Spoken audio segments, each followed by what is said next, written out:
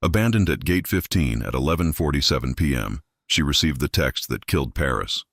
30 minutes later, she was on a private jet beside the heir to a family that rules New York in silence. This was the night Maya traded safety for destiny and discovered her name was written in the Mafia's book of sins. The airport thrummed like a tired heart after midnight, fluorescent lights flattening color into a single, sleepless hue. Maya Ellis pressed her palms to the cool porcelain of the bathroom sink and stared at a reflection she barely recognized. Careful curls pinned to survive a red eye, soft pink lipstick chosen for Paris mornings, a little gold necklace that meant soon. She had spent weeks choosing clothes that felt like a promise, silk for dinners, linen for day boats on the Seine, a black dress for the night. Ethan might slide a ring across a table and say he couldn't imagine another sunrise without her. Her phone buzzed, a tiny electric insect against the counter. Can't do this anymore. Sorry. Don't hate me. The words didn't land all at once. They drifted down like ash, soft and impossible. She watched her face in the mirror try to make sense of them, watched her mouth shape silent questions. Is this a joke? Are you drunk? Are you on the wrong thread? Before the dull truth pressed in, this was deliberate. This was now. She called. Voicemail. Called again. Voicemail. Typed with hands that wouldn't stop shaking. Where are you? We board in 28 minutes. Please tell me this is a mistake. Delivered. Not read. The bathroom door swung open. Women flowed in and out like tides. Laughter, perfume, the zipper swish of carry-ons. Maya dried her eyes with scratchy paper and walked back toward Gate 15, because people who are about to be abandoned deserve at least the courtesy of seeing the empty space where hope should stand. The board announced first-class boarding for Paris. Couples shifted forward, fingers laced. A teenager FaceTimed someone in a time zone where it was already morning. Maya stood very still. Her seat 2A printed beside the name Ellis Maya, a precise little future that wouldn't happen. Final call. The gate agent clicked the podium shut. Out on the glass, the plane squinted its windows against the night and became a silver animal without her. She drifted then, like something unmoored, until she found an empty cluster of chairs at Gate 23B, long since closed. The terminal's late-hour population was made of men in travel-wrinkled suits and women with neck pillows. Maya sank, suitcase handle cold in her fist, and let the tears come because there was no reason left to hold them. Excuse me, miss? The voice didn't cut, it warmed. Low, careful, threaded with an accent that seemed to lift the edges of each word. She looked up to see a man standing a polite distance away, hands clasped loosely behind his back as if he'd rehearsed not to appear threatening. He was the kind of handsome that belonged on the other side of glass. Tall, dark hair, groomed like it always fell exactly where it should, a charcoal suit that turned every light into soft shadow on his shoulders. But it was his eyes, brown with a quiet steadiness that made her swallow. I'm sorry, he said gently. You look like you might need someone to ask if you're all right, are you? She could have lied. She almost did. But the way he waited, no rush, no script, made honesty float up. I'm waiting for someone, she said, and hated how hoarse it sounded. Or I was. He glanced at the darkened gate number, then back. Not here, he said with a small wry smile. This one left 2 hours ago. Heat stung her cheeks. The person I was waiting for decided not to show up. Ever, apparently. His expression didn't twist into pity. It settled into something that recognized the particular ache of being let down where everyone can see. I'm sorry, he said, and the way he meant it made her eyes burn again. He hesitated. Could I sit? I promise I'll go if you prefer to be alone. Maya nodded. He sat one chair away, leaving a space like a boundary he knew not to cross. I'm Dante, he offered after a beat. Dante Marino. Maya, she said. Maya Ellis. He extended a hand. Warm, steady. The handshake felt like an agreement to behave humanely in a place designed to forget you're one. I shouldn't have asked, he said, but I've been in a terminal at midnight with the bottom falling out. It helps when someone sits down. He let the sentence breathe. Do you have somewhere to go tonight? I had Paris. The laugh that came out of her cracked. Now I have Chicago, I guess. And a very long weekend of pretending I'm fine. Dante glanced at the clock. My flight leaves in 15 minutes, he said, and she noticed he hadn't looked at the big board once. Private gate, to New York. He studied her. No appraisal, just attention. Come with me. She blinked. I'm sorry, what? Come to New York. One night. Separate rooms. No expectations. You can fly home tomorrow if you want. He held up a palm, almost sheepish. I know how that sounds. Stranger, late hour, big ask. I can show you ID, business cards, LinkedIn, the whole resume.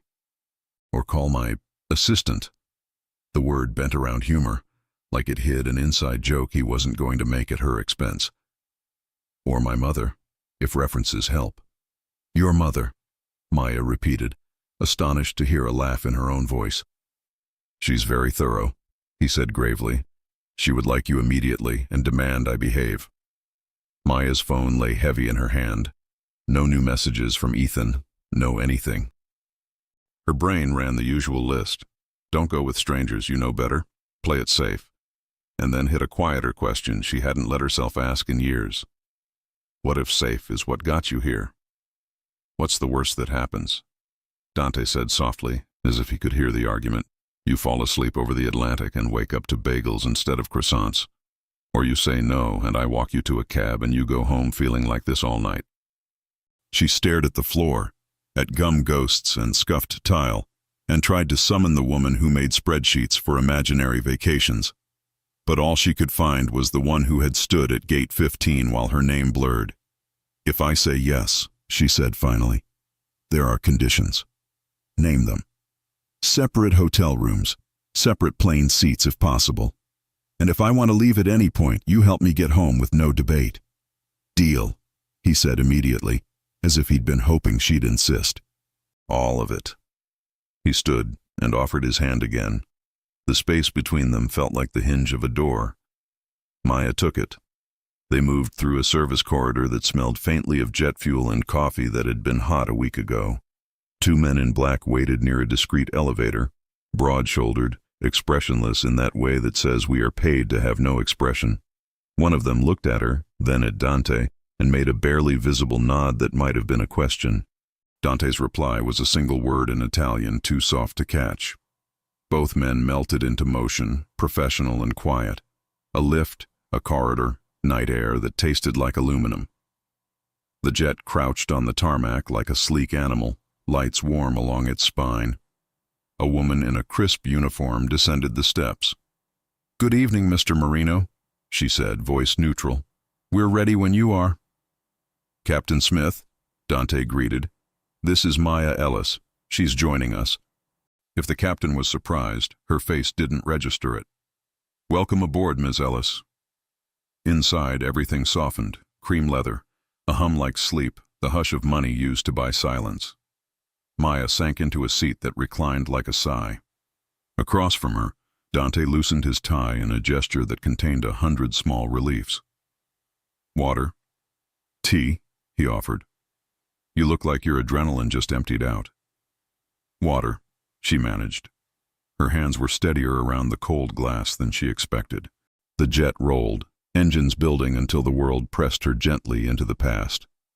She watched Los Angeles fall away like a city of fallen stars. Her phone buzzed. Lena, where are you? Did you land? Send pics or I show up at your apartment with soup and questions. Maya typed. Travel plans changed. I'm safe. I'll call you in the morning. Promise. The captain's voice drifted back with weather and time. 5 hours to Teterboro, dawn on the far side of the night. Second thoughts? Dante asked without looking like he needed the answer to be one thing or another. Reality, Maya said. It's loud in here. I can make it quieter. He nodded toward the window. Or you can talk and I can listen. I'm unusually good at listening, possibly because I grew up around people who are not. She turned that over. You're very put together for a man who invites strangers on planes. He smiled with one corner of his mouth. This is a first, if that helps. I'm not usually impulsive. What are you usually? Responsible, he said, and the word did not fit easily. Predictable, useful. Useful, she echoed. To whom? His gaze flicked to the bulkhead for a breath.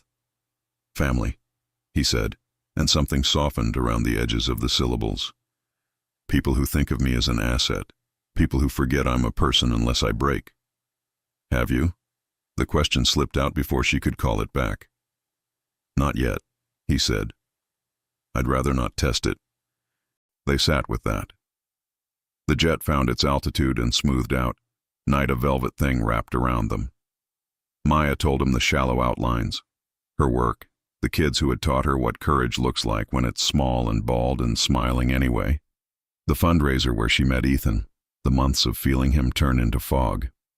I thought Paris was where he'd say forever, she said, and shrugged at the absurdity.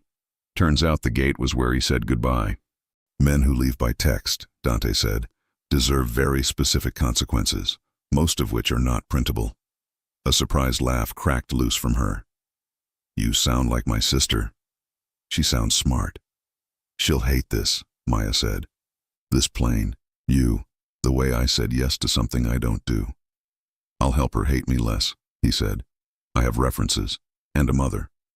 There it was again, light when he could have been heavy. She wanted to ask why the men at the elevator had looked at him like a storm warning. She wanted to ask, what business are you actually in? But the safety she felt in his orbit was specific. It wasn't denial. It was awareness with its eyes open. Why me? She asked softly, surprising them both. Tonight there were other sad people. Why stop for me? He took a breath, the sort that measures its words. Because you looked like you were trying to be polite to your own grief, he said. Because you said thank you to the gate agent while the plane left without you. Because you were kind to me when I interrupted you being human. Kindness. The word unfurled like a blanket she'd forgotten she owned. The cabin lights eased to amber. Somewhere forward a door clicked. One of the men in black took up a post he could hold for 6 hours without moving. Maya watched Dante's face in the soft light and realized that he was not trying to be impressive. He was trying to be decent, and it was doing a better job of impressing her than anything else would have. New York will be loud, he said after a while. If it's too much, we turn around. If you want breakfast at a place where the mugs are chipped and the pancakes are perfect, I know one. If you want to sleep for 2 days, I can arrange a world where no one bothers you. If you want to pretend you never met me, I will become exceptionally bad at following up. Is that your specialty? She asked. Becoming what people need? His smile didn't quite hide. It's a survival skill, he said. But tonight I'm just a man who didn't want you to walk into an empty apartment alone. Maya leaned back and let the engines write a white noise lullaby on the dark. Her bones loosened one by one, a body unbracing. The ache didn't go away. It widened, made space for air. Dante, she murmured, on the slope into sleep. Yes? If my sister calls while I'm out, tell her you're an accountant. He laughed softly. The most dangerous thing I could claim to be. Why? Everyone wants favors from accountants. His face blurred as her eyes closed. The last thing she registered was the way the man at the front of the cabin flicked his gaze to Dante when a soft buzz came through his earpiece, and the way Dante's mouth tightened. Not afraid, exactly, but aware. Outside, night carried them east. Inside, the distance between a life she planned and the one she hadn't dared to want shrank to the width of a leather aisle and a man who kept his promises. They would land at dawn. They would step into a city that specializes in remaking people who arrive with nothing but a suitcase and a heartbeat. And somewhere between the tarmac and the first cup of coffee, Maya would learn why men built like doorways flinched when Dante Marino spoke in Italian under his breath, and whether the kindness that brought her aboard could survive the power that obeyed him when he did. So why then did the captain's eyes flick toward the escort SUV as if she expected a second one to appear? And who exactly had decided to start the engines of both? The wheels kissed the runway so softly Maya almost didn't notice the way the jet settled into silence. What she felt was the aftershock, heart suddenly too loud for the quiet, thoughts rushing past each other with flashing hazard lights. She unclipped her seatbelt with fingers that pretended not to shake and caught Dante watching her without intruding, a presence calibrated to be both near and not too near. "You okay?" he asked. Her throat went tight. "I'm going to be sick." He was up before she finished the sentence, motioning the captain back with a gentle palm. "Breathe with me," he said, kneeling so his eyes were level with hers. "In through your nose, slow. Out through your mouth. Good. Again." Humiliation prickled. Panic swelled anyway, a tide she couldn't argue with. "I don't do this," she said, voice small and furious at itself. "I don't get on planes with strangers. I don't—" "We can fly you home right now," he said simply. "No questions. Say the word." The certainty in him, that he would do it, that he meant her choice outranks my plans, found a handhold in her spiraling mind. She locked her gaze on his and counted, air in and out, until the roar dulled to a steady rush in her ears.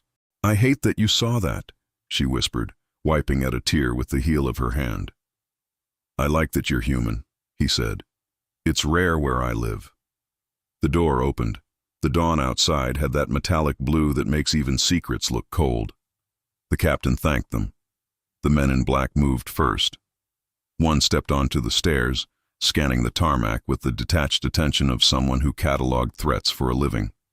The other spoke into his sleeve in a language of numbers.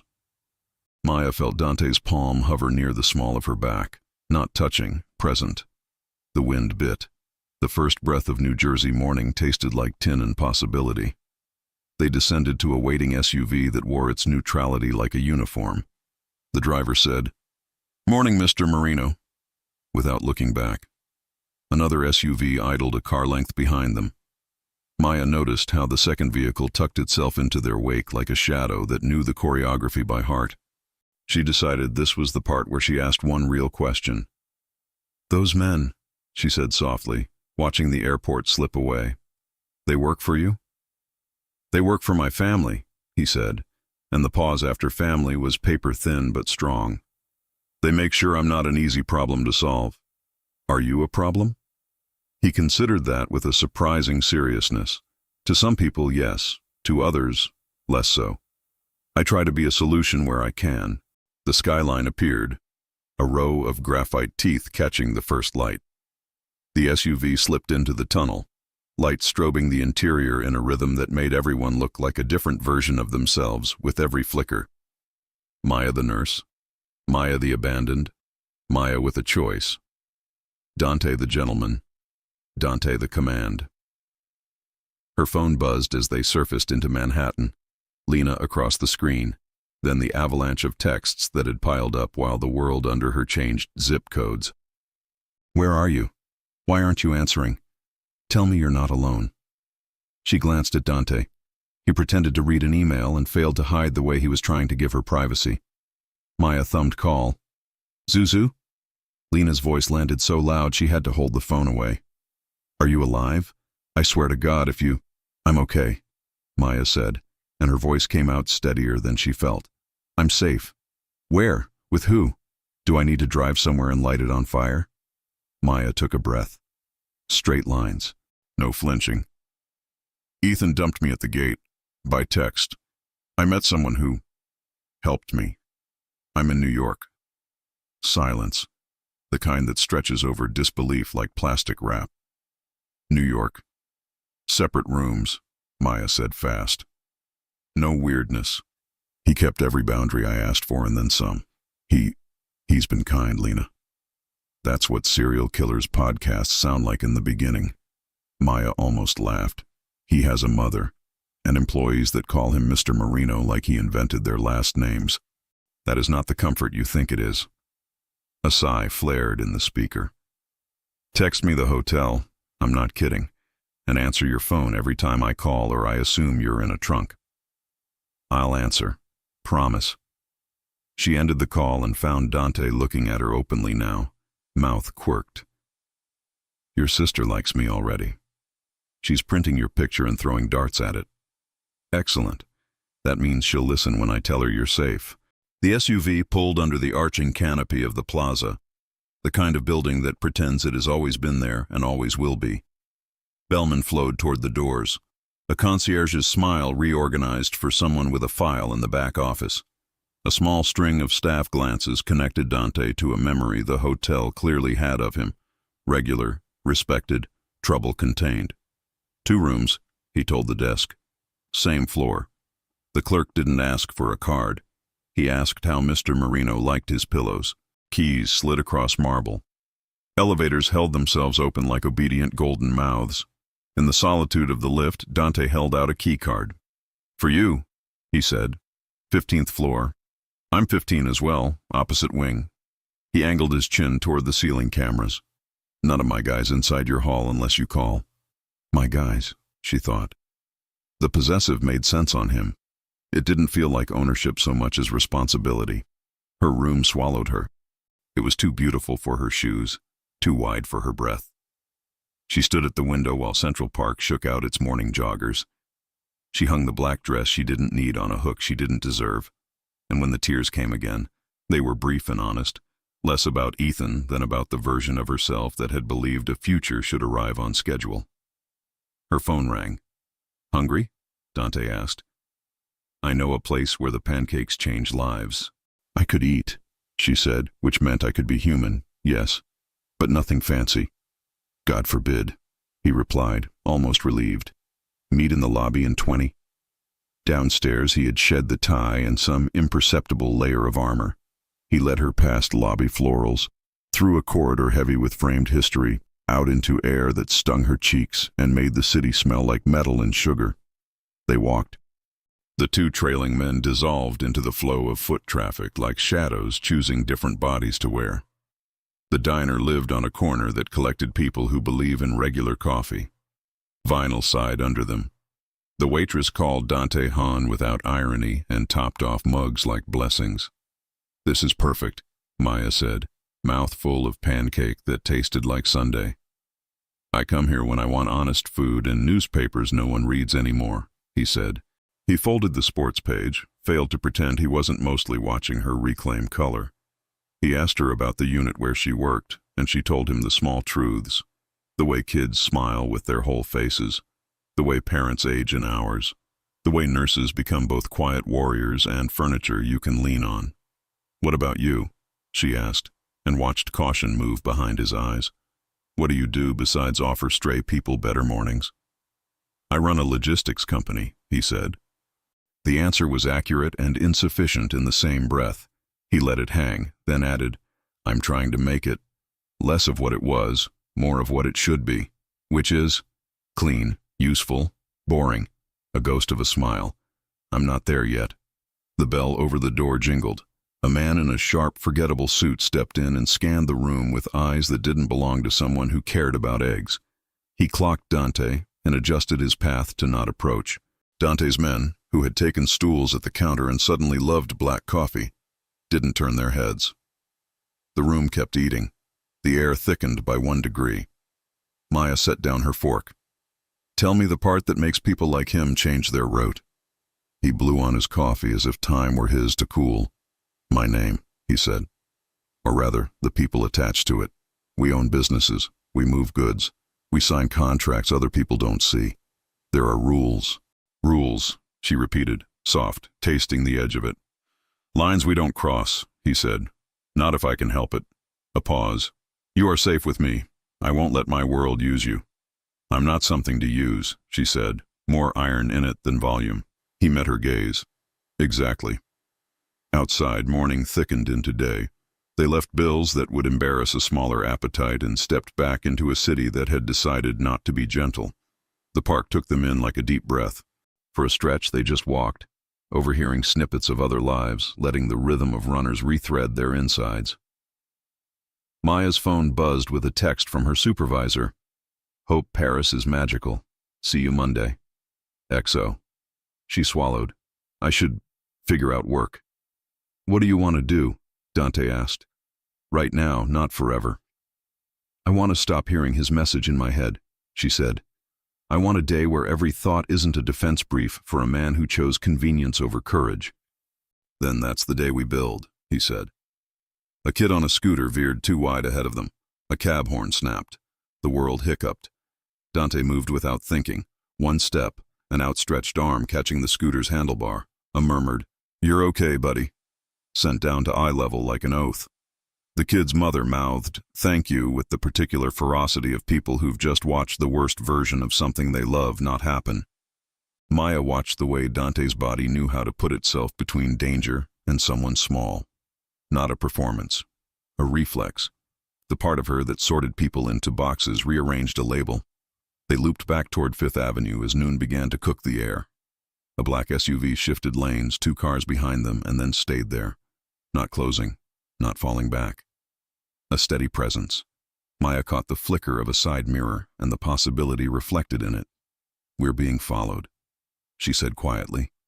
"Yes," Dante said, equally quiet. "By someone who wants me to notice." "Why?" "So I know they could be closer," he said. "So I worry about who I'm with." She did a small inventory of her fear, surprised to find less of it than she would yesterday. "What do?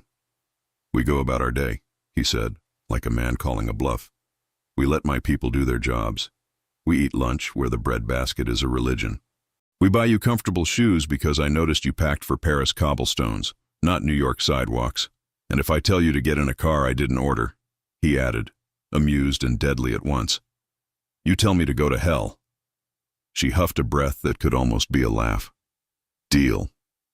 Back at the hotel, Rocco Vitale was waiting near a column like he'd been printed there.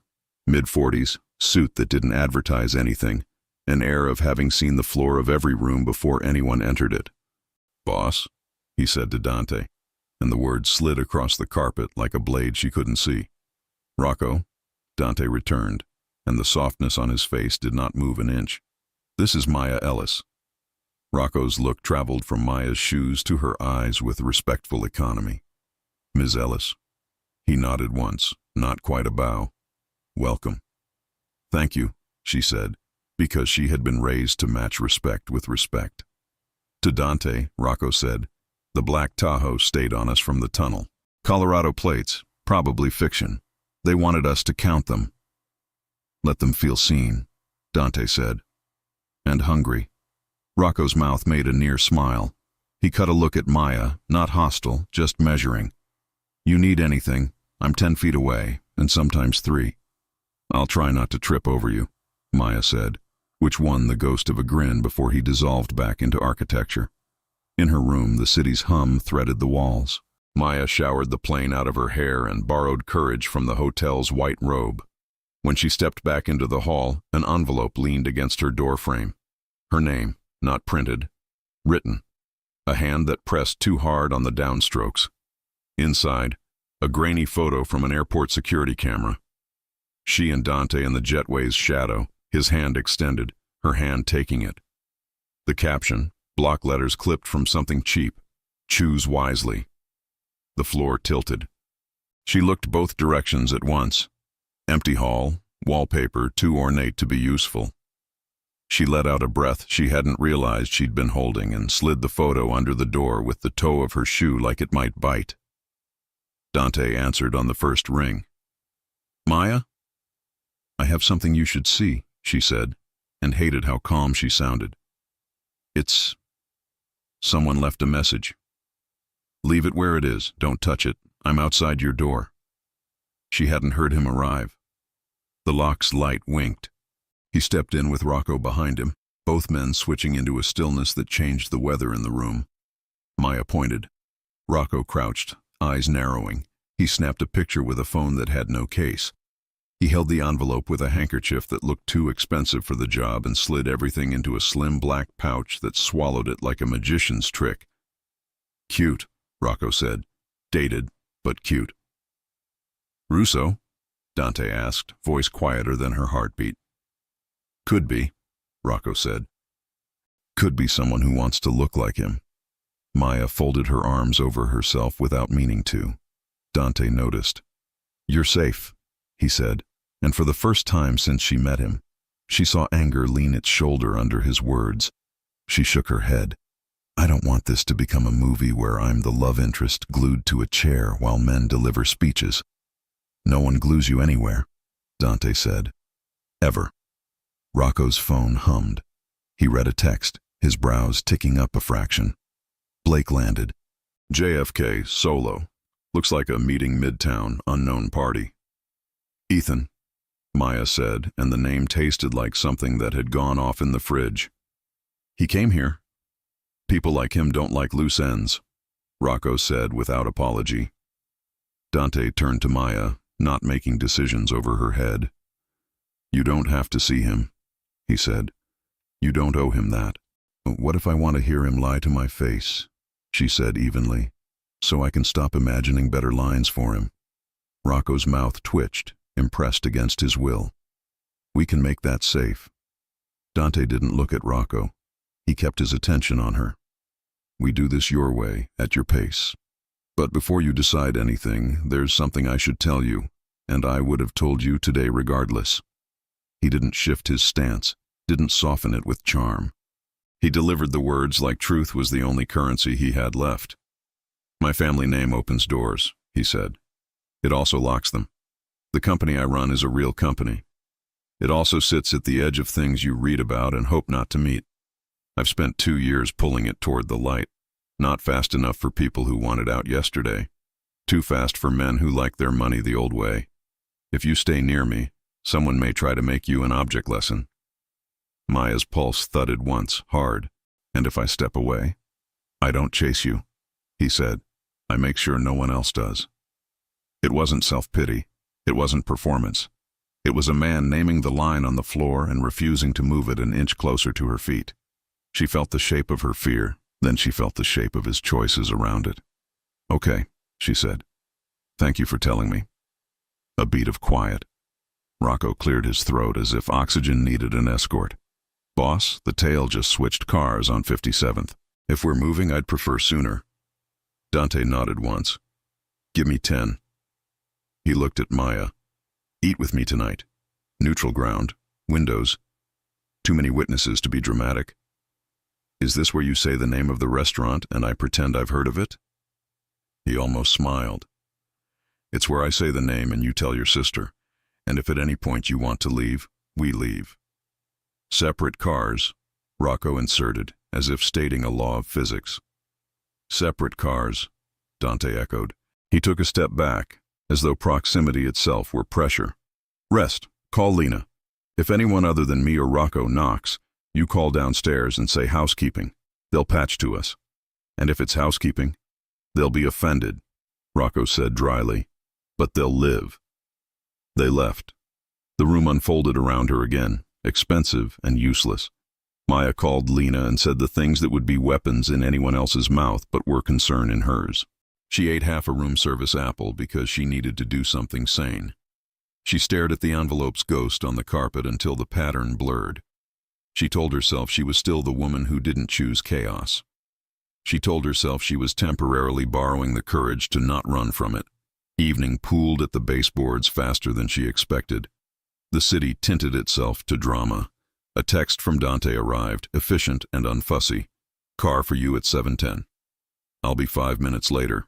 Same place. She was out the door at 7:08 because being early felt like armor. The hallway was empty. The elevator exhaled at her like it had been waiting. Downstairs, the lobby framed her inside crystal and gold, and in the revolving door she caught a glimpse of herself that startled her. Not a woman abandoned, not a tourist misplaced, but a person whose center had migrated somewhere steady. A black sedan idled at the curb, not the SUV. A choice. She reached for the handle and paused as a second car slid to the opposite side of the canopy. Same make, same color. A mirror she didn't order. Her phone buzzed. A new text. Unknown number. Let's talk, Maya. I'm outside. Please don't get in the wrong car. She didn't have to look to know whose voice she could hear in the cadence. Ethan. The driver leaned across to open the passenger door with a familiar flourish he couldn't know she would recognize. Ms. Ellis? He said, like he'd practiced the vowels. Maya glanced into the sedan's glossy window and saw herself in duplicate. One car smelled faintly of new leather and restraint. The other smelled like a speech she didn't owe anyone. She stood between them for one precise heartbeat and felt the city hold its breath with her. Which door, then? And who else, unseen, had already decided that whichever she chose would say more than she intended to reveal. Maya froze beneath the plaza's glittering awning, her breath fogging the cool Manhattan air. Two identical black sedans idled at the curb, sleek, mirror-finished, impossible to tell apart. One sat under the golden light of the hotel entrance, exactly where Dante's text had said it would be. The other waited just outside the reach of security, its tinted windows a deeper shade of night. Her phone buzzed again. "Ethan." "Let's talk, Maya. I'm outside. Please don't get in the wrong car." Her heartbeat thundered in her ears. She scanned the drivers. Both wore suits. Both watched her through the glass. One gave a polite nod. The other smiled. A smile she recognized. Ethan, her ex-boyfriend, her almost fiancé, was sitting in the back seat of the second car. His hand lifted, palm open, the same disarming gesture he'd used 1,000 times before, the same one that used to calm her. Now it felt like bait. "Maya," a low voice called from behind her. She spun. Rocco stood near the revolving doors, coat collar raised against the wind, eyes narrowing as he read the scene in a single sweep. One glance at her phone, another at the cars. "Back inside," he murmured. "He said he's right there." "Inside," Rocco repeated, sharper now. "If he wants to talk, he can do it in daylight, not from a tinted window." The second car's engine revved, subtle but taunting. Ethan's silhouette leaned forward, gesturing toward her, mouthing words she couldn't hear. Rocco's hand brushed the small of her back. Not a touch, a signal. Protection in motion.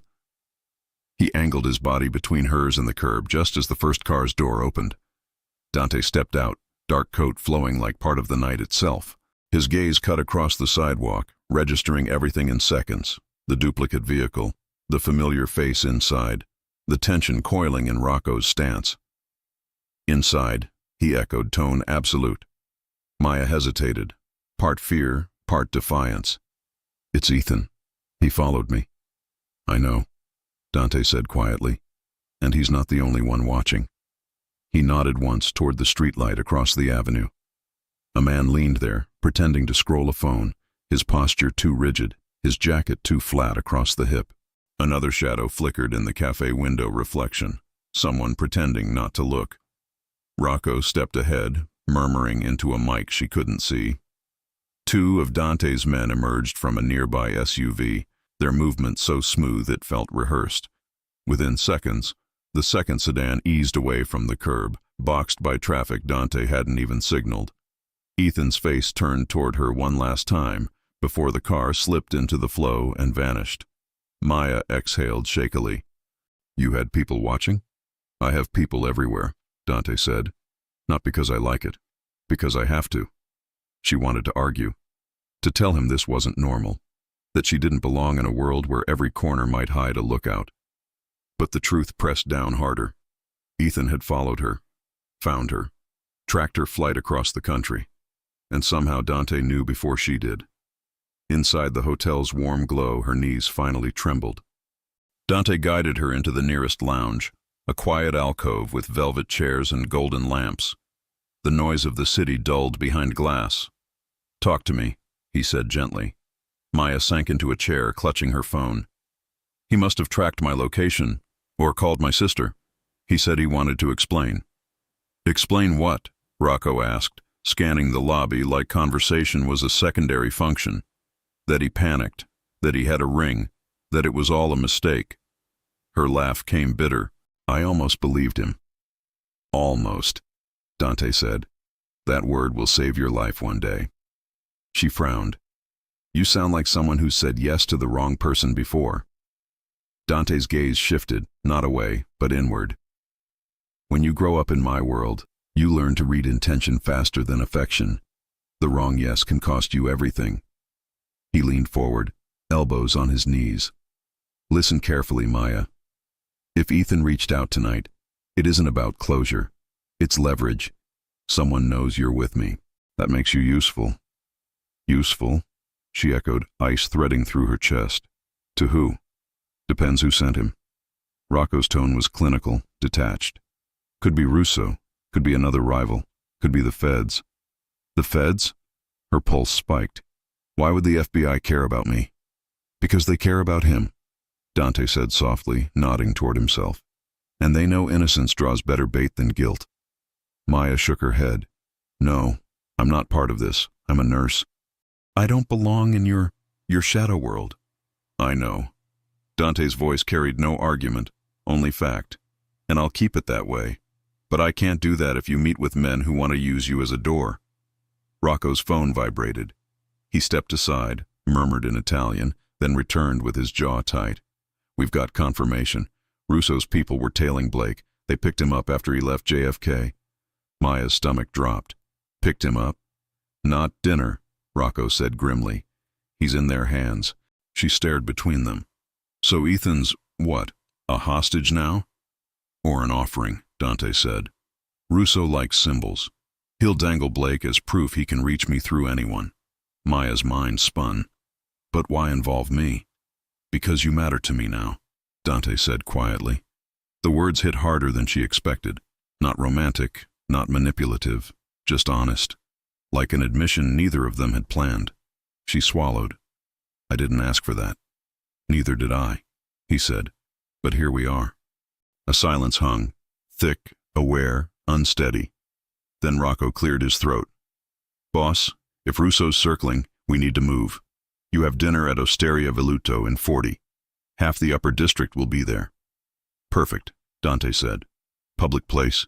Too many witnesses to start something stupid. Too many mirrors to see everything, Rocco countered. I'll take that trade. Dante rose, turning to Maya. Come with me. Her instinct flared. To a mafia dinner? To a restaurant, he corrected, eyes glinting. Where we eat, talk, and let the city see who's standing beside me. Public visibility is safety tonight. And if someone recognizes me from Ethan? They already have, he said, which means it's safer to walk through the front door with me than hide in the dark alone. She hesitated, weighing every ounce of sense she had left. Then she thought about the envelope slipped under her door. The taunting smile through the window. The men who moved when Dante spoke a single word. Fine, she said, but I'm not dressing for a mob summit. Good, he said. They'll expect a performance. You'll be the truth. The car ride uptown cut through Manhattan's glow, reflections of gold and red sliding across Dante's face. He didn't speak much, neither did she. The silence between them wasn't empty, it was steadying, preparing. At the restaurant, the maître d' greeted Dante with the deference of someone aware that refusing him wasn't an option. They were led to a corner table beside a wall of glass, overlooking the city like it belonged to someone else. Maya tried not to stare as patrons subtly shifted in their seats, as servers moved with precise choreography, as conversations dipped then resumed. Dante's presence was gravity. Everyone adjusted around him. He ordered wine. Simple, Italian, nothing ostentatious. When the server left, he said, I grew up eating in places like this. Half family, half business. You learn to taste truth between courses. Truth tastes expensive, she murmured, scanning the room. He smiled faintly. No, it tastes earned. Across the room, a man in a dark suit raised his glass toward Dante in greeting. A silent acknowledgement. Dante returned it, expression neutral. Maya followed the motion and froze. The man's ring, a heavy gold signet, caught the light. The same emblem she'd seen once before in a photo on Ethan's phone. A lion encircled by laurel. Dante, she whispered. That man, he worked with Ethan. I saw his picture. He's one of his clients. Dante's eyes sharpened. That's not a client, that's a collector. A what? Before he could answer, a waiter approached with a folded note on a silver tray.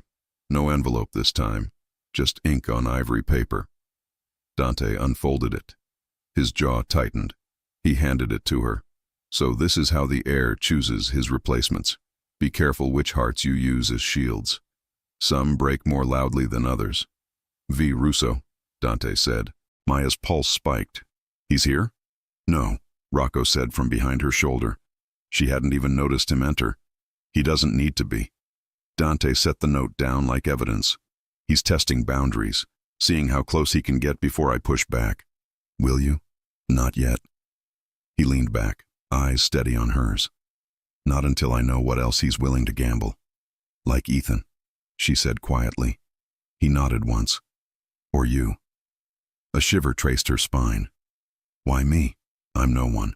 You're the nurse who walked away from a betrayal and into my life, Dante said. That makes you someone every man in my world understands. Hope, leverage, weakness. They'll decide which you are before you do. Maya's breath hitched. And you? I haven't decided yet, he said. But I know this. Whatever they call you, they'll have to go through me first. The vow in his tone scared her more than comforted. Because men like Dante didn't make promises. They issued warnings. Their food arrived, plates of handmade pasta neither of them touched. Conversation around them swelled, laughter clinking against crystal, the illusion of normalcy holding like glass about to crack. Maya forced a sip of wine. You said your family runs logistics. What does that really mean? He studied her for a long moment. It means every shipment, every truck, every crate that moves through this city passes a gate. And for decades, my family's held the keys. That sounds like power. It used to be survival, he said. Now it's a burden I'm trying to clean. Clean, she echoed. Can something like that ever be?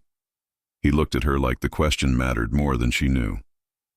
Ask me again when you've seen what dirt buys. Before she could respond, Rocco's phone buzzed. He leaned down, muttered something in Dante's ear. Dante's eyes flicked toward the window. What is it? Maya asked. Rocco's voice was flat. Ethan's been spotted, Midtown Pier, with Russo's men. Maya's fork clattered against her plate. Pier? What are they doing with him? Making a point, Dante said, rising from his seat, and forcing my hand. He tossed bills on the table, more than enough to erase witnesses, and turned to her. Stay here. No. The word came out before she could stop it. If this is about me, I'm not hiding. Rocco sighed. She's got spine, boss. Dante met her gaze.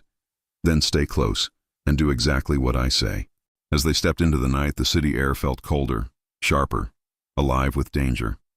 Lights streaked past the car windows like silent alarms. Somewhere on the East River, Ethan Blake had become a pawn on a board she didn't know existed. And for the first time, Maya wondered not who Dante truly was, but what would happen when the world he'd tried to keep from her came crashing all the way in. Rain slicked the cobblestone path as Maya followed Dante toward the waterfront, the echo of their footsteps swallowed by the distant hum of the city. The night air carried a sharp bite, mingling salt with gasoline, the scent of secrets buried deep beneath the Hudson's restless waves. He hadn't spoken since they left the car. His jaw was tight, his expression unreadable beneath the glow of the dock lights. Maya wanted to ask questions. Who were those men? Why had he drawn his gun so naturally, like someone who'd done it too many times before? But something in his silence warned her to wait. The docks stretched endlessly before them, ghostly outlines of ships rocking in the black water. A freighter loomed nearby, its hull marked with rust and shadow. Somewhere in the distance, a siren wailed, a lonely sound that made her chest ache. Finally, Dante stopped beneath a flickering lamp. The light cast long, shifting patterns across his face, carving him into someone new, colder, harder. You shouldn't have followed me, he said quietly, his voice low and deliberate. You asked me to trust you. Maya replied, lifting her chin. That goes both ways. His gaze flickered toward her, then away. Trust doesn't mean walking into danger. Then what does it mean, Dante? Because right now I don't even know who you are. He hesitated, the storm wind tugging at his coat. I didn't want you to find out like this. Maya's pulse quickened. Find out what? From behind a stack of shipping containers, movement. Two men emerged, dark coats, hard faces, the kind that didn't flinch in chaos. One nodded toward Dante, speaking in clipped Italian. Maya didn't understand the words, but she understood the tone, authority, respect. One man handed Dante a small envelope. He opened it, scanned the contents, then clenched his fist around the paper. His expression hardened. He's been talking, Dante muttered, more to himself than to her. Who? Dante didn't answer. Instead, he turned to the men and gave a short, precise command. They disappeared into the shadows as swiftly as they came. Dante, Maya pressed, who's been talking? He finally met her eyes. There was something raw there. Anger, disappointment, sorrow, all tangled into one. Ethan, he said. The name hit her like a slap. Ethan? My ex? What are you talking about? Dante exhaled slowly, the kind of breath a man takes before breaking someone's world. He wasn't who you thought he was. He wasn't even supposed to be at that terminal. He was being watched. By my family. Your family? She repeated, voice trembling. You mean my father's organization, he interrupted. The Moretti Syndicate. He'd been leaking names, routes, money trails, selling information to our enemies. The only reason he got close to you was because he thought you could give him access to me. Maya stepped back, shaking her head. No, Ethan was... He couldn't have... He didn't even know you. He knew enough, Dante said bitterly. He used you to track a shipment that never existed, a setup, and when he realized the trap was closing, he ran. But he didn't run far enough. The world spun. The rain, the harbor, even her own heartbeat blurred into noise. So what does that mean for me? It means, Dante said, stepping closer, that you were never supposed to be part of this, that the moment you stepped onto my jet, everything changed. Her voice cracked. Changed how? You're a witness now, Maya. And in my world, witnesses don't survive long unless someone protects them. She stared at him, struggling to breathe. And you're my protector?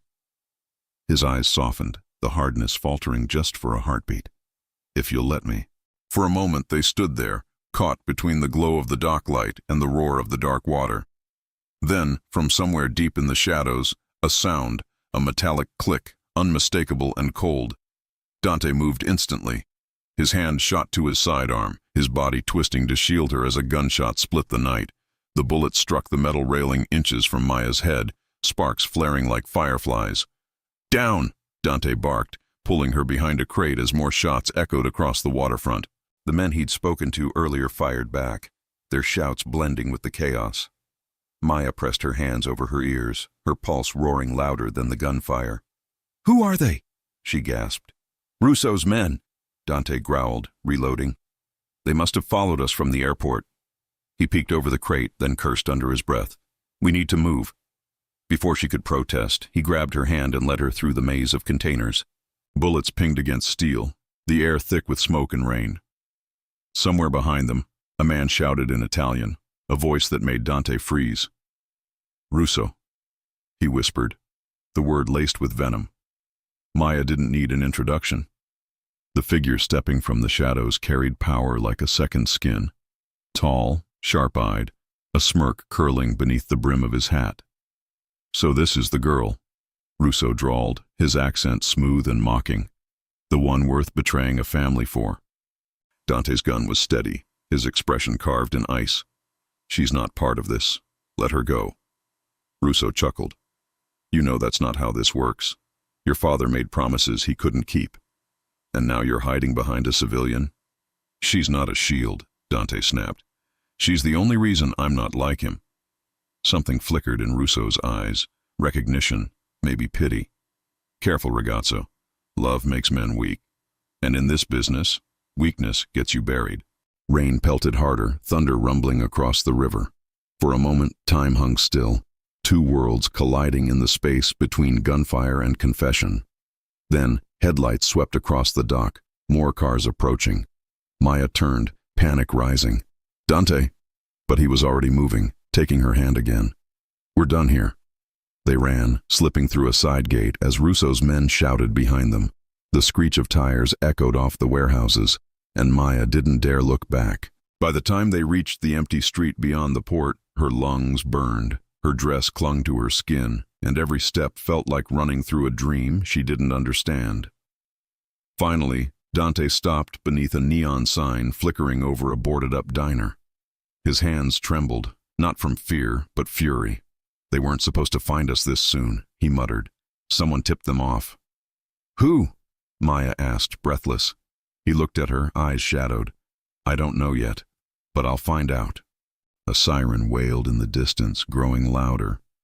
Dante stepped closer, brushing a raindrop from her cheek with a tenderness that didn't belong in a night like this. You asked who I am, he said softly. Now you know. And if you stay, there's no going back. Maya's heart hammered against her ribs. And if I walk away? He swallowed hard. They'll find you before sunrise. The sirens drew closer, the rain heavier. For a long, breathless moment, Maya stood frozen between the life she'd known and the danger now unfolding before her. Then, somewhere behind them, a single gunshot cracked the night, sharp, final, echoing across the empty street. Dante's eyes lifted toward the sound, his jaw tightening. It started, he whispered. Maya turned, searching the shadows. What started? But he didn't answer. He just took her hand again, leading her into the darkness as the city's lights shimmered like ghosts around them. The storm hadn't stopped since the docks. Rain poured like it meant to erase the city itself, drumming against the windshield as Dante steered through the maze of empty streets. Every red light was a risk. Every passing car, a threat. Maya sat beside him, her hands gripping her knees, watching the reflection of neon lights shimmer across the wet pavement. Neither of them spoke. The silence between them was no longer awkward. It was electric, pulsing with all the things neither dared to say. When Dante finally turned down a narrow alley lined with old brownstones, Maya frowned. Where are we going? Somewhere they can't find us, he murmured. He parked in front of a building that looked abandoned. Boarded windows, ivy crawling up cracked brick walls. But when he punched a code into a hidden keypad beside the door, the lock clicked open with military precision. Inside, it was another world. Exposed beams, velvet drapes, the faint scent of whiskey and cedar. A fireplace flickered against stone walls, and sleek monitors hummed quietly on a mahogany desk. It wasn't a house. It was a fortress dressed like a home. Maya turned in slow disbelief. You live here? No one lives here, Dante said, removing his coat. That's the point. She swallowed. So what now? Do we just hide? Dante's jaw flexed. For tonight, yes, until I figure out who leaked our location. He poured himself a drink, his hand steady even as the glass trembled faintly against the decanter. You're shaking, she said quietly. I'm not used to people shooting at me with you standing there. And you think I am? She snapped, her fear cracking into frustration. He looked at her, really looked. Beneath the defiance there was terror. Beneath the terror, something else. Trust. Against every instinct, she still trusted him. I'm sorry, he said softly. You shouldn't have been there. You shouldn't even be here. And yet here I am, she replied, meeting his gaze. Because you told me to trust you. The firelight cast his face in gold and shadow. Then trust me one more time, he said. Don't leave, not tonight. Maya hesitated. Every rational thought told her to run, to find a hotel, call the police, pretend none of this ever happened. But something in his voice, weary, sincere, almost broken, rooted her in place. She nodded. Okay, one more night. An hour later, she sat wrapped in a blanket by the fireplace while Dante worked across the room. He was on a secure call, voice low, words sharp and clipped. No, the docks were compromised. Russo made his move earlier than expected. Check every man who knew about the meeting. If I find the mole before you do, he won't live to regret it. He ended the call and exhaled hard, his hand brushing through his hair. You're different when you talk to them, Maya said quietly. He turned. Them? Your family. You sound like someone else. Dante's lips curved in a humorless smile. That's because they don't listen to the man I am, only the one I have to be. Maya studied him. Who is that? He stared into the fire. My father's son. The room fell silent except for the crackle of wood. Finally, she asked the question that had been clawing at her since the pier. Why is Russo after you? Dante's shoulders stiffened. Because I stopped being useful. That's not an answer. He turned, eyes dark. My father built an empire on blood. Smuggling, extortion, territory wars, all of it. When I came back from law school, I thought I could change it, clean it from the inside. But the moment I tried, the old guard called me a traitor. He set his glass down. Russo was one of them, my father's right hand. When I exposed one of his deals, he swore I'd pay for it. Maya's voice softened. So you're trying to get out? He met her gaze. I'm trying to burn it down. Her heart clenched. That's suicide. Maybe. But it's the only way anyone gets free. She stood and crossed the room slowly. The fire painted her in warmth. The rain outside drummed a rhythm that matched her heartbeat. And what about me, Dante? Where do I fit in this story you're writing with blood and revenge? He looked at her, really looked. You were never supposed to be in it, but now you're the only part that makes it worth finishing. The words hung between them. Dangerous, tender, irrevocable. Maya's breath hitched. Don't say things like that. Why? Because I might start believing them. Their eyes locked, the tension thicker than the storm outside. Then a sound, faint, metallic, snapped the moment in half. Maya froze. What was that? Dante drew his gun instantly, motioning for silence. He moved toward the far wall, pressed against a panel, and revealed a hidden door. Behind it, a staircase leading down into darkness. Stay here, he ordered. Not a chance, she whispered, following. The stairway descended into a basement lined with steel. A safe sat embedded in the wall, its door slightly ajar. Dante's jaw tightened. Someone's been here, he muttered. Inside the safe, stacks of cash, passports, and a single envelope resting atop them. Her name scrawled across it in bold black ink. Maya. Her blood ran cold. Dante, why does it have my name? He didn't answer. He reached for it, but Maya was faster. She tore it open, her fingers trembling. Inside, a photograph. Her father. Younger, standing beside a man she'd never met, until now. Dante's father. In the corner, a date, 1998, and a signature she recognized instantly. Her father's handwriting. Maya's breath caught. What is this? Dante stared at the image, his face pale. I don't know. But she saw it, the truth dawning behind his eyes, the shadows of a history neither of them had chosen. You do, she whispered. You knew. He shook his head slowly. I suspected, but not this. Maya stepped back, the photo trembling in her hands. Our fathers. They knew each other. Dante's voice was low, haunted. Not just knew. I think they made a deal. Lightning flared through the narrow window, washing the room in white. In that brief, searing light, Maya saw it. The look of a man trapped between love and legacy. What kind of deal? She asked. But before he could answer, a voice echoed from above. We've got company, a man shouted through the intercom. Black cars, 3 of them, coming fast. Dante's head snapped up. They found us. Maya clutched the photo. What do we do? He turned to her, eyes fierce. We run. But first you need to know whatever's in that picture. It's the reason they'll never stop. What are you saying? He chambered around, his expression set. You're not just a witness anymore, Maya. You're part of the reason this war exists. The night bled into dawn, but the city offered no mercy. Sirens screamed in the distance, and thunder rolled like a war drum over the Hudson. Dante's safe house, once a sanctuary, now felt like a cage, every wall echoing with ghosts neither of them had invited. Maya stood frozen at the foot of the stairs, the photograph still in her trembling hands. Her father's face stared back, younger, smiling, his arm slung around Dante's father like a brother.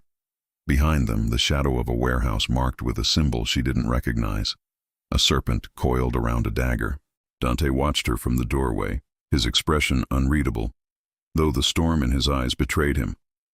You said you didn't know, she whispered. I didn't. Not like this. Then how did they even... My father built his empire on alliances, blood pacts sealed with money and loyalty, sometimes with people.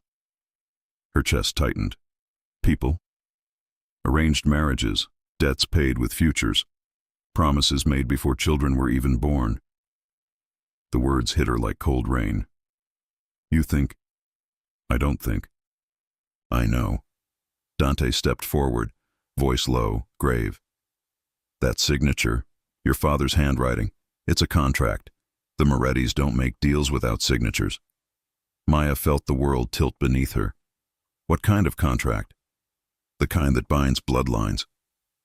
Silence stretched between them, heavy and alive. The fire upstairs flickered, casting faint light through the stairwell. You're saying our fathers arranged something? Between us? Dante's jaw tightened. I'm saying this, whatever's happening, didn't start at that airport. It started decades ago, long before either of us had a choice. Her breath came shallow. So I'm just part of some deal? No. His voice broke the word in half, sharp and desperate. You're not a deal. You're the one thing I didn't plan. And maybe that's why it matters. Maya looked down at the photo again, her reflection trembling in the glossy surface. A deal. A promise. A curse. Her father had died when she was 17, a car accident that had always felt wrong, too sudden, too clean. But now, what if his death wasn't an accident? She whispered. Dante froze. What if it was connected to your family? Before he could answer, a voice crackled through the comms, the same man from before. Boss, they're closing in. East Alley and Rooftop. We've got less than 5 minutes. Dante's expression hardened instantly. Pack light. Take only what you need. Maya clutched the photograph. I'm not leaving without answers. Then you'd better ask fast, he said, loading his weapon. She stepped closer, blocking his path. Did your father kill mine? The question sliced the air like a blade. For a moment, he said nothing. Then, softly, painfully, if he did, he never told me. The honesty in his eyes was worse than denial. It meant he wasn't sure. It meant it was possible.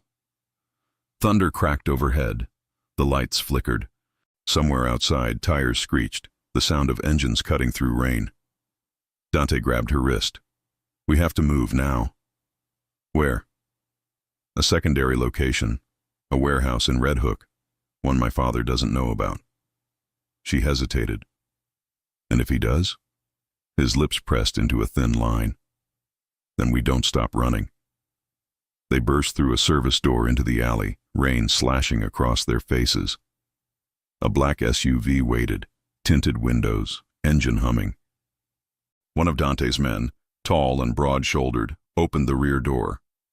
We've got 2 minutes before they cut us off, he said. As they climbed in, Maya glanced back at the safe house. Through the sheets of rain, she thought she saw movement, a flicker in the window, then a flash, bright, sudden, and the explosion tore through the building. The blast wave hit the SUV, rocking it on its suspension. Maya screamed, clutching the photograph as debris rained down like ash. Drive, Dante shouted. The tires screeched and the SUV lunged forward, speeding through the alley as flames devoured the safe house behind them. Maya stared out the back window, her pulse pounding in her ears. You said they couldn't find us. Someone inside my crew is feeding them intel, Dante growled. That's the only way Russo keeps getting ahead. So you don't even know who you can trust? Not anymore. The rain blurred everything, streets, headlights, faces, until the city itself seemed to dissolve into chaos. They reached Red Hook just before dawn. The sky was bruised purple, clouds low and heavy over the industrial sprawl. The warehouse stood near the water, silent and empty, its sign faded and unreadable. Inside, the air smelled of salt and rust. Crates lined the walls, some labeled in Italian, others blank. A single light hung from a steel beam, swinging faintly with the wind. We'll stay here till sunset, Dante said, then move again. Maya sank onto a crate, clutching the blanket one of his men handed her. You live like this all the time? Since I turned my back on my father, yes. Why didn't you just leave? Leave New York. Leave the family. You can't outrun blood, he said quietly. He looked at her then, and in his eyes she saw something raw. Not just fear, but grief. The kind that came from losing pieces of yourself one choice at a time. If your father was part of this, she said, then maybe we both lost more than we knew. Dante crouched before her. If that photo's real, then everything I've believed about my father's empire, about my life, is a lie. And you might be the key to proving it. Her breath caught. What do you mean? There's a file, hidden ledger, my father's private agreements. Every name, every debt, every blood oath. If we find it, we'll know exactly what he did, and why. And if he really killed my dad, his voice dropped, then I'll destroy him myself. Maya's throat tightened. You'd go to war against your own family? I already have. The air between them thickened, not with danger, but with something deeper. Connection. Resolve. She reached out, fingers brushing his. Then you're not alone anymore. He held her gaze, eyes dark and tender all at once. Neither are you. The light overhead flickered, once, twice, and then died, plunging the room into shadow. A heartbeat later, a voice echoed through the dark. Touching. Maya's blood froze. She knew that voice. From the doorway, a figure stepped forward, drenched, furious, alive. Ethan? He smiled faintly, gun glinting under the dim light. Miss me? Dante drew his weapon, fury igniting like fire. You should have stayed buried. Ethan cocked his head, eyes cold. And you should have stayed loyal. Rainwater dripped from the rafters, forming tiny puddles on the concrete floor. The warehouse was silent, except for the echo of Ethan's footsteps as he stepped out of the shadows, gun raised, eyes sharp, smile empty. Maya's breath caught. For weeks she'd replayed his betrayal in her mind, searching for reasons. Seeing him now, alive and standing beside the man who had nearly killed them both, shattered every fragile piece of understanding she'd built. You're supposed to be dead, she whispered. Ethan's smirk deepened. You should know by now, sweetheart. Nothing stays buried in this city. Not secrets. Not ghosts. Dante moved in front of her, weapon drawn, stance rigid. You've got 10 seconds to explain before I end this. Ethan chuckled. Still the same Dante Moretti, always thinking you're the one holding the trigger. You don't even realize whose game you're playing. You sold me out, Dante snapped. You gave Russo my coordinates. Correction, Ethan said calmly. I gave your father your coordinates. Russo just collected the reward. The words landed like bullets. Dante's finger twitched on the trigger. You're lying. Am I? Ethan tilted his head, eyes flicking toward Maya. Ask her. Ask her why her father signed that contract 27 years ago. Ask her what he was trading. Maya's heart stuttered. What are you talking about? Ethan's expression softened, almost pitying. Your father wasn't just some hospital accountant, Maya. He was the bookkeeper, the man who kept the ledgers for the Moretti Syndicate back when it was still running out of Bay Ridge. He knew too much. When he tried to leave, your father made a deal, a blood oath with Giovanni Moretti himself. She shook her head violently. No, my father wasn't. He couldn't. He traded his life for yours. Ethan interrupted. Your protection in exchange for silence.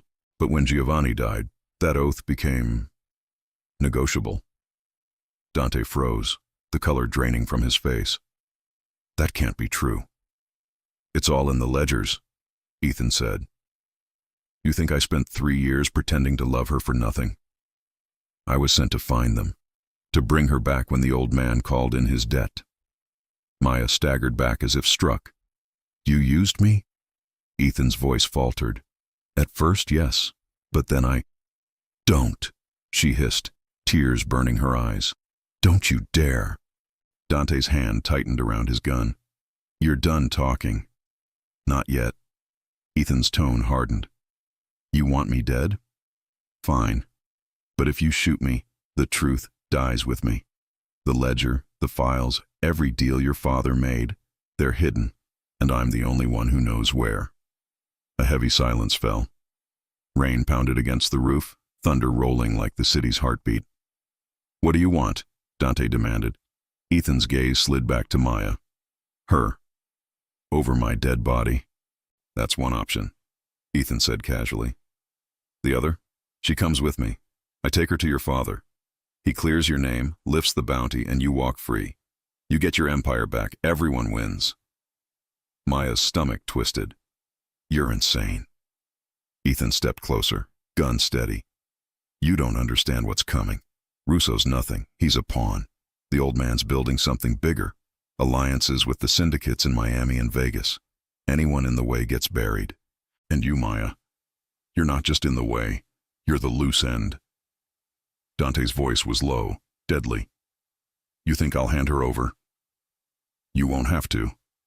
Ethan's eyes softened again, almost gentle. "She'll do it herself."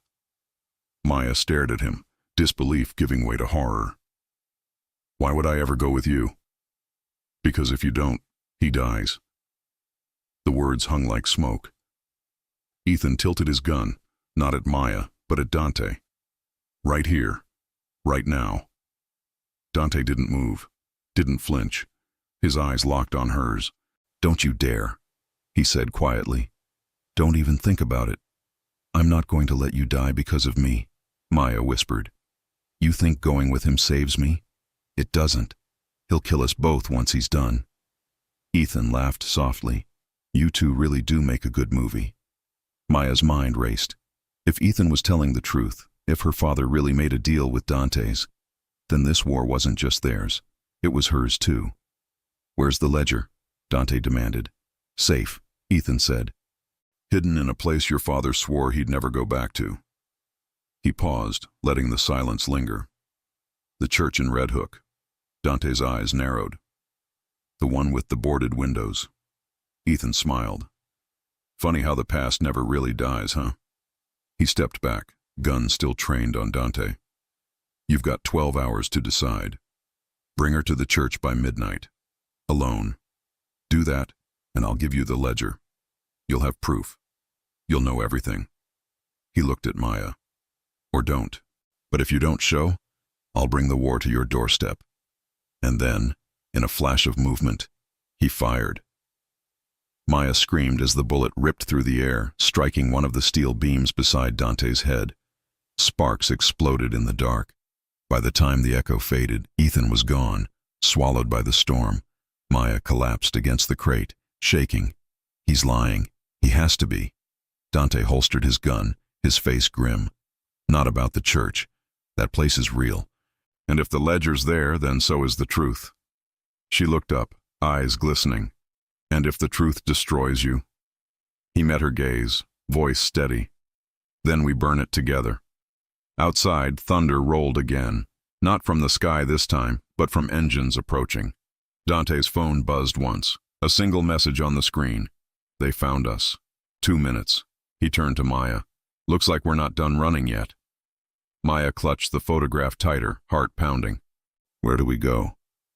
"To the one place my father swore he'd never return," Dante said. "If Ethan's telling the truth." He chambered around, eyes dark with resolve. "Then that church holds the sins of both our families." The storm had broken by sunrise, but the city still wore its scars. Puddles mirrored shattered streetlights, and fog curled low over the bay, wrapping Red Hook in silence. The church loomed ahead, a skeleton of stone and decay, its stained glass windows long gone, its bell tower split like a wound in the sky. Maya hesitated at the gate, clutching her jacket tight. "Are you sure this is it?" "There's only one church in Red Hook my father ever swore he'd never touch," Dante said, scanning the empty street. If Ethan was telling the truth, the ledger's inside. The air was heavy with salt and rust. Somewhere distant, a ship's horn groaned through the fog, a lonely sound that made the hair on her arms rise. Dante pushed open the door, and it creaked like something alive. Inside, the air was colder. Dust motes drifted through thin beams of light, falling like ghosts over cracked pews and forgotten icons. The altar stood broken, half buried beneath rubble. "He hid it here?" Maya whispered. If my father wanted to bury his sins, a church would be the cruelest place to do it, Dante said. They moved cautiously down the aisle. Every step echoed like a confession. Behind the altar, Dante found what he was looking for. A trapdoor, hidden beneath a tattered rug and sealed with rusted bolts. He knelt, pulling a tool from his coat, and pried them loose one by one. "Help me lift it," he said. Together they raised the hatch. A staircase descended into darkness, air damp and still. Dante drew a small flashlight from his pocket, its beam cutting through the black. The cellar below was carved from old stone, walls lined with crates and barrels, some marked with faded insignias, the serpent and dagger from the photograph. In the center, a single chest sat on a stone pedestal. Heavy, locked. Maya's pulse quickened. "That's it, isn't it?" Dante approached slowly, crouching before it. The lock was engraved with the Moretti crest. He brushed a hand across it, then pulled a small key from a chain around his neck, one she hadn't noticed before. "My father gave me this when I turned 18, he murmured. Said one day I'd use it to claim what was mine.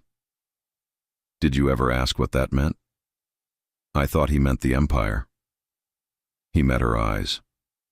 Maybe he meant the truth. The lock clicked open. Inside lay a leather-bound ledger, edges gilded, pages yellowed with age. Dante lifted it reverently, as if afraid it might crumble in his hands. Maya leaned close. "What's inside?" He opened to the first page. Handwritten columns, names, dates, symbols, blood debts, shipments, payouts. And near the middle, 2 signatures, Giovanni Moretti, Thomas Rivera, her father's name. Beneath it, a single line written in Latin, Sanguine Solvitur, paid in blood. Maya's voice shook. "What does it mean?" "It means your father owed a debt he couldn't repay, and he paid it with his life." Her knees nearly gave out.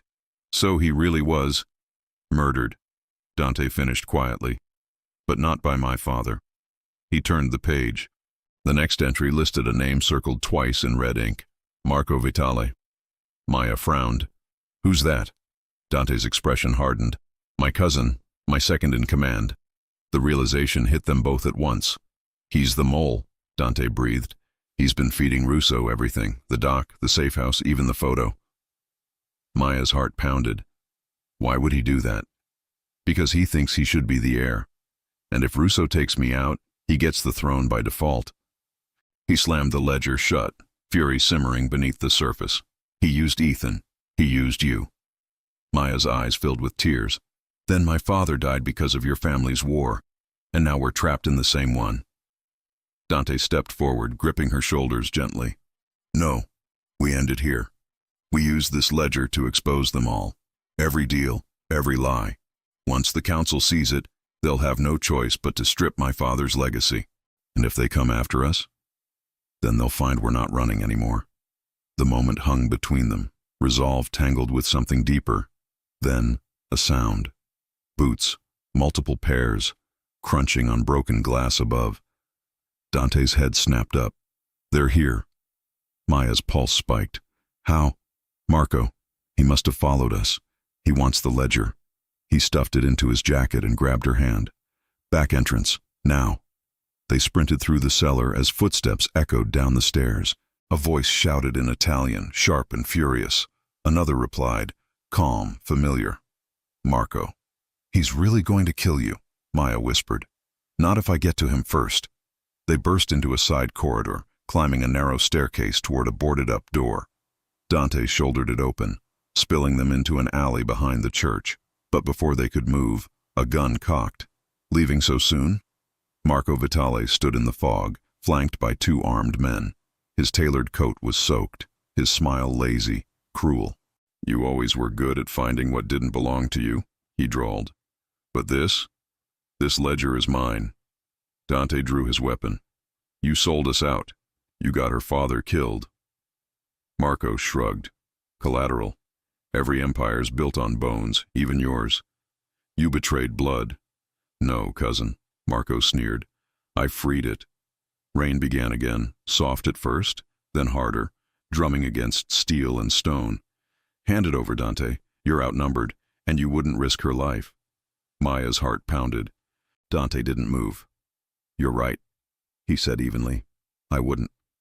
Then, faster than thought, he tossed the ledger, not to Marco, but upward into the rain. As Marco's eyes followed it, Dante fired. The shot clipped Marco's shoulder. He stumbled back, cursing, firing wildly. Maya dove behind a dumpster as bullets ripped through the air. Dante moved with precision, his every shot deliberate, protective, not to kill, but to buy time. Run, he shouted. She hesitated, heart tearing between fear and loyalty. But when she looked back, he was already bleeding. A graze across his arm, his teeth gritted in pain. She crawled toward the ledger, which had landed in a puddle, pages soaking. Her fingers brushed the cover just as Marco lunged forward, seizing her wrist. Not so fast, princess, Dante roared, tackling him to the ground. The gun went off, once, twice, before clattering away. Rain poured down, washing blood into the cracks of the pavement. Marco's men fled into the fog, leaving only echoes behind. Dante stood over Marco, chest heaving, gun trained on his cousin's heart. You could have had everything, Dante said, but you chose this. No, Marco coughed, blood pooling at his lips. I chose freedom. He laughed, low, ragged, then whispered something that froze Dante's blood. You think the old man's gone? He's waiting, cousin. And when he finds out what you've done, he'll burn her first. Dante's hand shook. For a second, Maya thought he might pull the trigger, but then he lowered the gun. No, he said quietly. You're not worth a bullet. He turned away, grabbing Maya's hand. We're done here. Behind them, Marco's laughter followed, broken, unhinged. You can't outrun blood, Dante. None of us can. As they disappeared into the fog, the church bell, long silent, tolled once. Low, hollow, like a warning. Night fell like a curtain over the city. From a rooftop overlooking the East River, Dante watched the skyline burn with lights and sirens. Below, the streets pulsed with life, taxis, smoke, shadows. But in his world, silence meant only one thing. A storm was coming. Maya stood beside him, wrapped in a borrowed coat, her hair damp from the rain. The ledger lay open on the crate between them, pages torn and smudged, yet still legible. Every signature, every sin laid bare under the city's neon glow. How many names are in there? She asked quietly. Too many, Dante said. Politicians, judges, men my father owned for decades. He flipped to the last page. It bore no numbers, no deals, only a line written in his father's sharp hand. All debts end in blood. Maya shivered. He knew this day would come. He built it, Dante said. Brick by brick, lie by lie. He closed the book. I wanted to believe I could fix what he broke, but maybe the only way to end this is to burn it all. You mean your empire? My inheritance, he corrected. The one I never asked for. Maya looked out at the river, lights rippling across its dark surface. If you destroy it, what happens to us?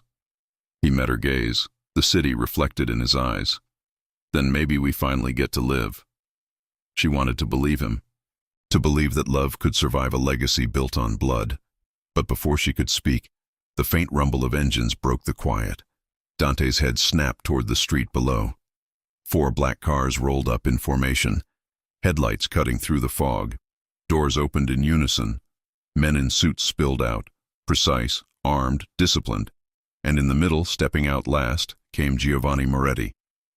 Even from above, Maya felt his presence. Tall, immaculately dressed, silver hair slicked back, eyes cold as marble.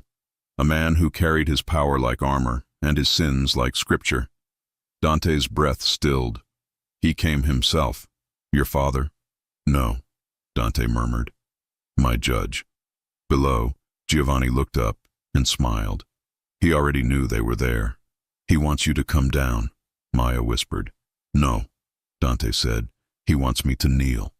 The old man raised his hand. The car's engines cut off. Silence fell like a verdict. What do we do? Maya asked. We finish it. Minutes later, they descended the fire escape, every step heavy with inevitability. The street smelled of rain and oil. Dante walked ahead, spine straight, the ledger in his hand like a weapon. Giovanni watched them approach, his smile thin. "My son," he said, voice smooth, echoing like a sermon. "You've made quite the mess." "Your mess," Dante replied. "I just found the broom." The old man's laugh was soft, dangerous. "You always were clever. Too clever. You think you can erase decades of power because of a girl?" Maya stiffened. Dante stepped in front of her. "This isn't about her." "No?" Giovanni's eyes sharpened. "Everything you've done since that airport has been about her. You defied me. You bled for her. You burned your own house down for her. Because my house was built on graves." Giovanni's smile vanished. "And now you've dug your own." He gestured, and two men stepped forward. One carried a briefcase, the other a gun. "You've always wanted a choice, Dante," Giovanni said. "So here it is." He nodded, and the first man opened the briefcase. Inside lay two objects: a gold pen, engraved with the Moretti crest, and a single bullet.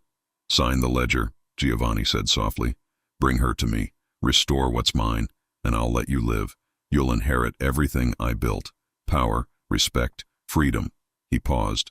"Or defy me again, and that bullet ends everything. Her, you, this farce you call redemption." Maya's breath caught. "He wants you to—" "Silence," Giovanni snapped. "The men speak, the women listen." Dante's hand curled into a fist. "You'll never touch her." Giovanni's eyes gleamed. "You'd kill your own father for her?" "I'd save her from the man who killed mine." A ripple passed through the soldiers. Giovanni's jaw tightened. "So you found the ledger." Dante lifted it. "I found you. Every lie. Every corpse you buried under this name. You wanted me to be your heir? Then hear me, father. I inherit nothing." He tossed the ledger at Giovanni's feet. Pages fluttered open, names flashing like ghosts in the headlights. "You destroy that," Dante said, "and maybe the world forgets you. But I won't." Giovanni stared at the book, then back at his son. His voice dropped to a whisper. "You think this girl will save you. But she's the reason they came for us. Her father was a thief. He stole from me. You were supposed to end her bloodline, not love it." Maya's heart stopped. "What?" "He sent Ethan for you," Giovanni continued. "And when the fool fell in love, I sent Marco. And when he failed, I came myself." Dante's voice trembled with fury. "You used them all. You killed them all." "No, son. I made them. Just as I made you." Lightning split the sky, illuminating the two men, mirror images of pride and pain. Giovanni took a step forward, spreading his arms. "You can't outrun me, Dante." "You are me." Dante raised his gun. "Not anymore." Maya reached out. "Dante!" But before he could fire, Giovanni's men drew theirs. Dozens of barrels aimed. A trap. A sentence. An ending. Giovanni smiled sadly. "I forgive you, my son." "Don't," Dante said. "You don't forgive. You erase." Maya gripped his arm, whispering, "Don't do this, please." For the first time, Dante hesitated. His eyes flicked to her, warmth in a world gone cold. Then a shot rang out. One single gunshot, not from Dante. Giovanni staggered, eyes wide, a bloom of red spreading across his chest. Behind him, Ethan stood in the shadows, pale, bleeding, but alive. "You don't get to end this," he said. Giovanni fell to his knees, shock overtaking pride. He reached for Dante, fingers trembling. "You'll regret this," he whispered. "Blood always remembers." Then he collapsed, the rain washing crimson into the gutter. Dante lowered his gun slowly, staring at Ethan. "Why?" "Because I owed her," Ethan said, his voice breaking, "and because I was tired of being someone's weapon." He dropped the pistol, stumbling forward before collapsing. Maya rushed to him, cradling his head as his breathing faltered. "I'm sorry," he rasped, "for everything." "Ethan!" But his eyes fluttered closed, a faint smile lingering. Not peace, but release. Dante knelt beside them, rain streaking his face. For a moment, all three were silent, bound by loss, by love, by blood. Then headlights flashed again in the distance. More cars, more men. The war wasn't over, not yet. Dante rose, gripping Maya's hand. We have to go. She looked at Giovanni's body, at Ethan's, at the ledger half soaked in rain. What about them? We leave them, he said. We're done burying the dead.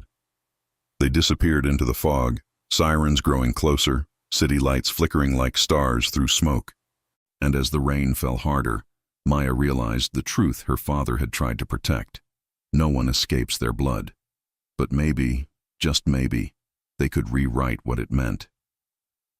The sun rose over Manhattan like a reluctant witness, spilling pale gold across streets still slick with rain and gunpowder. Smoke drifted from the pier where the last battle had been fought. Sirens wailed in the distance, the city mourning its king. Giovanni Moretti was dead, and with him, the empire he'd built on fear began to crumble.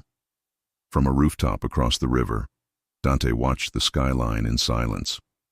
The wind whipped at his coat, the city stretching endlessly before him. A kingdom he no longer wanted. In his hands, the ledger lay closed, its weight heavier than any crown. Maya stepped beside him, her fingers brushing his. They'll come for you, she whispered. Let them, he said softly. There's nothing left for them to take. You could rebuild, she offered. Turn it into something better. Dante shook his head. The Moretti name is soaked in blood. You can't cleanse something like that. You can only bury it. He looked at her, really looked, the chaos fading around her like fog retreating from light.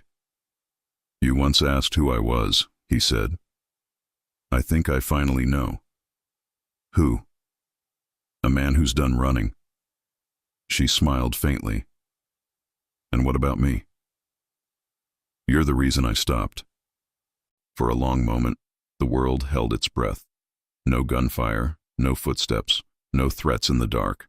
Just them, two souls bound by scars, standing on the edge of a future they had yet to name. By midday, the city was buzzing with rumors. The Moretti patriarch was gone. His heirs vanished. The council fractured, old alliances burning with the ledgers that once bound them.